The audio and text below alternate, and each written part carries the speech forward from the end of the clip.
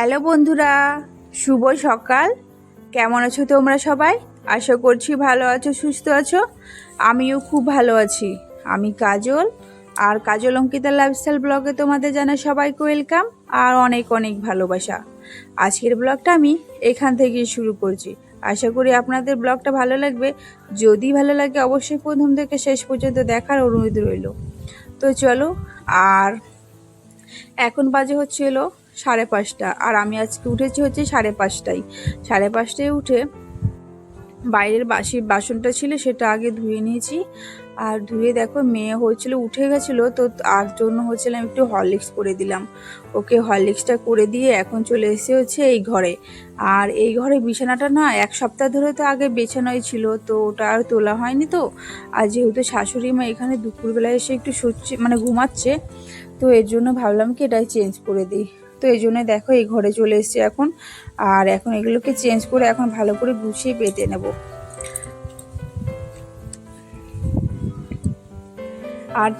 আর ওর বিছানাটা না চেঞ্জ করতাম না, কারণটা ওটা পরিষ্কারই ছিল, তবুও গুছিয়ে মানে পরিষ্কার করে ফেললাম, এটা তুলে ফেলেছি।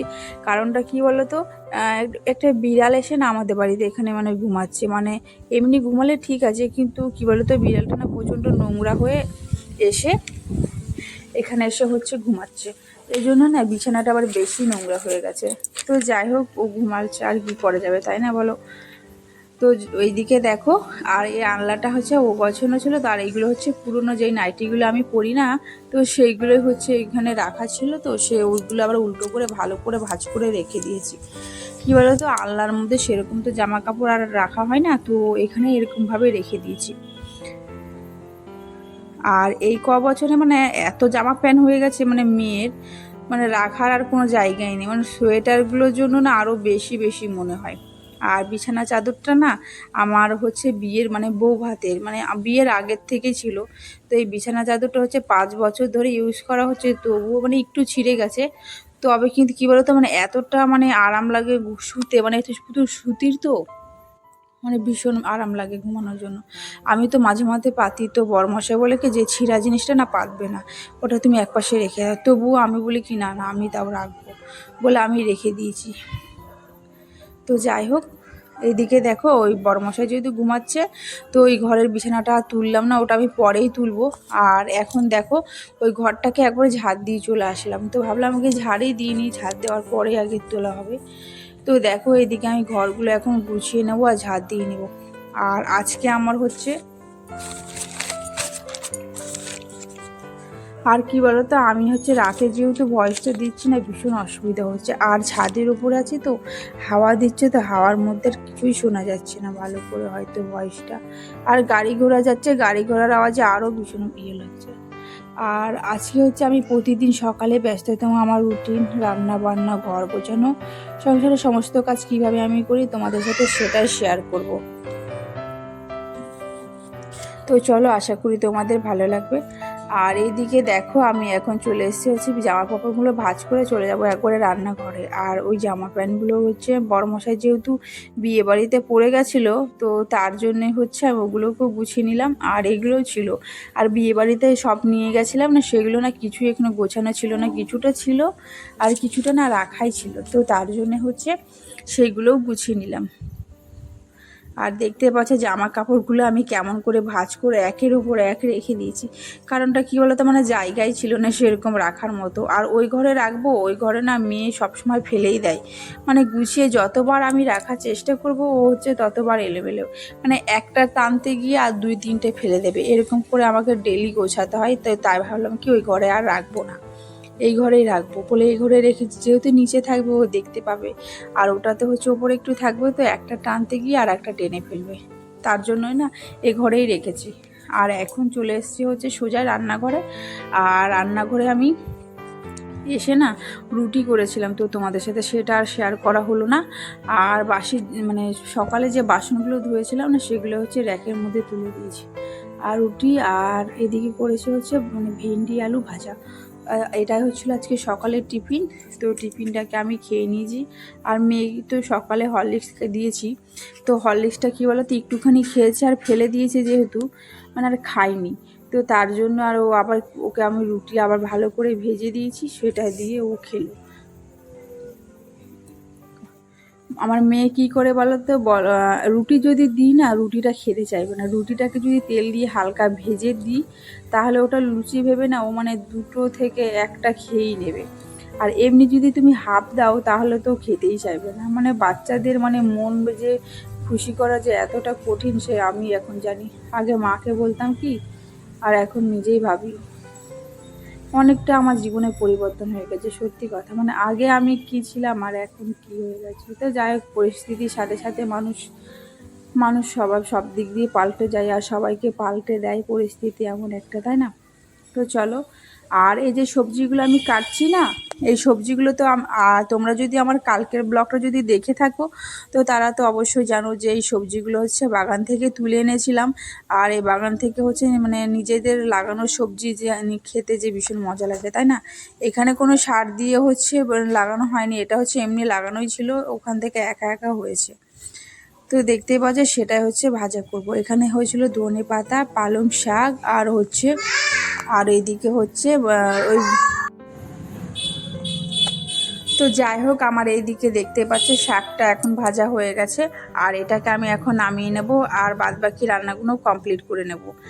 আর এটা হচ্ছে একটা মাছ, মানে কি মাছ সেটা অবশ্যই তোমরা যদি নিশ্চয়ই বুঝতে পারছো, তো আমি বলবো না এটা কি মাছ। যদি তোমরা জানো অবশ্যই কমেন্ট করে বলো, ঠিক আছে? তো এই মাছটা রান্না করতে আমার ভীষণ মানে ভালো লাগে, মানে টেস্টি হয় খেতে। আর এটা হচ্ছে মশলা দিয়ে আমি এটাকে ভালো করে কষে নেব।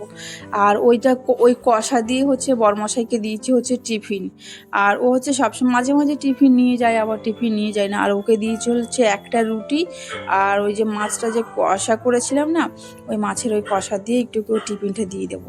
তো ওকে আমি টিফিনটা হচ্ছে দিয়ে দিয়েছি, আর ও হচ্ছে নিয়ে চলে গেছে। আর ও হচ্ছে যেহেতু ধনে পাতা খায় না, তো ওর জন্য আমি আগে থেকে বার করে রেখেছি কষাটা। আর এখানে আমরা যেহেতু খাবো, আমরা যে কজন বাড়িতে রয়েছে সেই কজনের জন্য ধনে পাতা দিয়ে ভালো মানে ধনে পাতা দিয়ে হালকা আর একটু করে ইয়ে করে কষে নামিয়ে দেবো। আর ওই পাশে দেখতে পাচ্ছ ফুটছে, সেটা হচ্ছে মাছ। আর ওটা হচ্ছে রুই মাছের পাতলা একটা ঝোল করব। আর 3 পিস মাছ এনেছিল, মানে 4 পিস এনেছিল, 1 পিস আমার মেয়ের জন্য ভাজা রেখে দিয়েছি। ও যেহেতু তরকারি খেতে পারে না, তো ওর জন্য রেখে দিয়েছি। আর আমি এইখানে করে নিয়েছি হচ্ছে মানে হালকা 3টে মাছেরই ঝোল করে নেব। আর আমার রান্নাতে শেষের পথে। তো চলো, দেখতে পাচ্ছ কষাটা আর খেতে না ভীষণ দারুণ হয়েছিল খেতে। তো চলো, এগুলো হয়ে গেছে, এগুলোকে আমি এখন নামিয়ে নেব। আর নামানো হয়ে গেছে। আর এখন আমি দেখো গ্যাসটাকে ভালো করে মুছে নেব। মুছে নেওয়ার পরে একবারে চলে যাব হচ্ছে ঘরে। আর ঘরে যেহেতু বিছানাগুলো তোলা হয়নি, তো সেগুলোই তুলে নেব। যেহেতু বড়মশাই লেটে ওঠে, তো এই জন্য বিছানাটা তুলতেই আমার সত্যি লেট হয়ে যায়। ভাবি কি ঘরের কাজ আগে মাঝে মাঝে যখন উঠে যায়, তখন আমি আগের থেকে এসে আমি তুলে ফেলি। আর যখন মানে লেট হয়ে যায় ঘুমো থেকে উঠতে, তখন আমারও আর কাজ করে আসার পরে না আর বিছানা গোছাতে ইচ্ছে করে না, আর ঘরও মুছতে ইচ্ছে করে না। তো কী করবো বলো, যেহেতু ঘুমাতে ইচ্ছে করে হয়তো, তাই জন্য ঘুমাই। তো যাই হোক বন্ধুরা, আমার ভিডিওটা তোমাদের কেমন লাগছে অবশ্যই কিন্তু কমেন্ট করে বলো।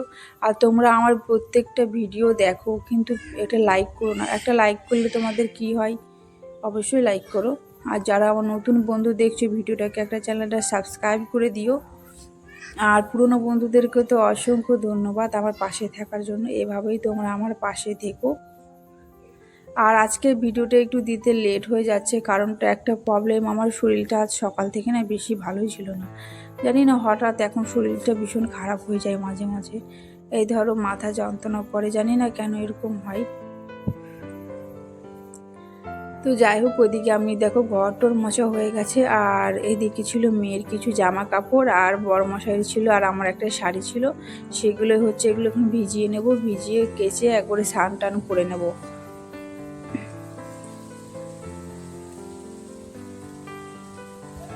আর ওইদিকে তো মেয়েকে স্নান করিয়ে দিয়েছি, আর ও আমার সাথে এসছে, ও আমার সাথে ছাদেই এসছে, ওকে আজকে নিয়ে এসেছি।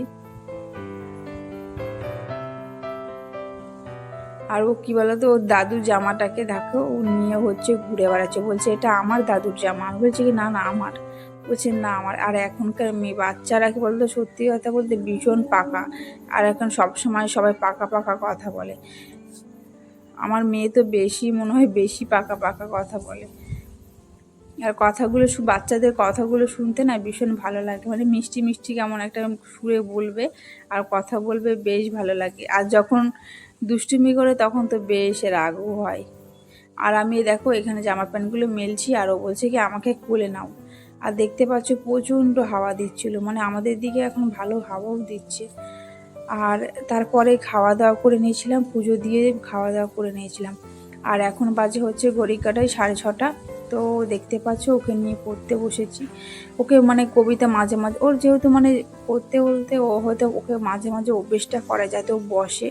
ও তো পড়বে তো না এখন, মানে যেটুকু পারে অবশ্যই এইসবই পড়বে।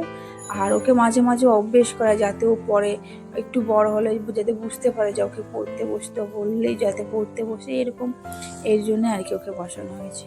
আর ওদিকে পড়তে বসছে আর এদিকে দেখো নাচ করছে। তো যাই হোক বন্ধুরা, আর ভিডিওটা তোমাদের সাথে আর বেশি বড় করবো না।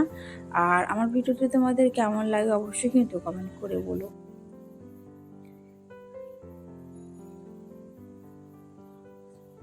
তো যাই হোক, আজকের মতো এইটুকুই। দেখা হচ্ছে অন্য কোনো ভিডিওতে।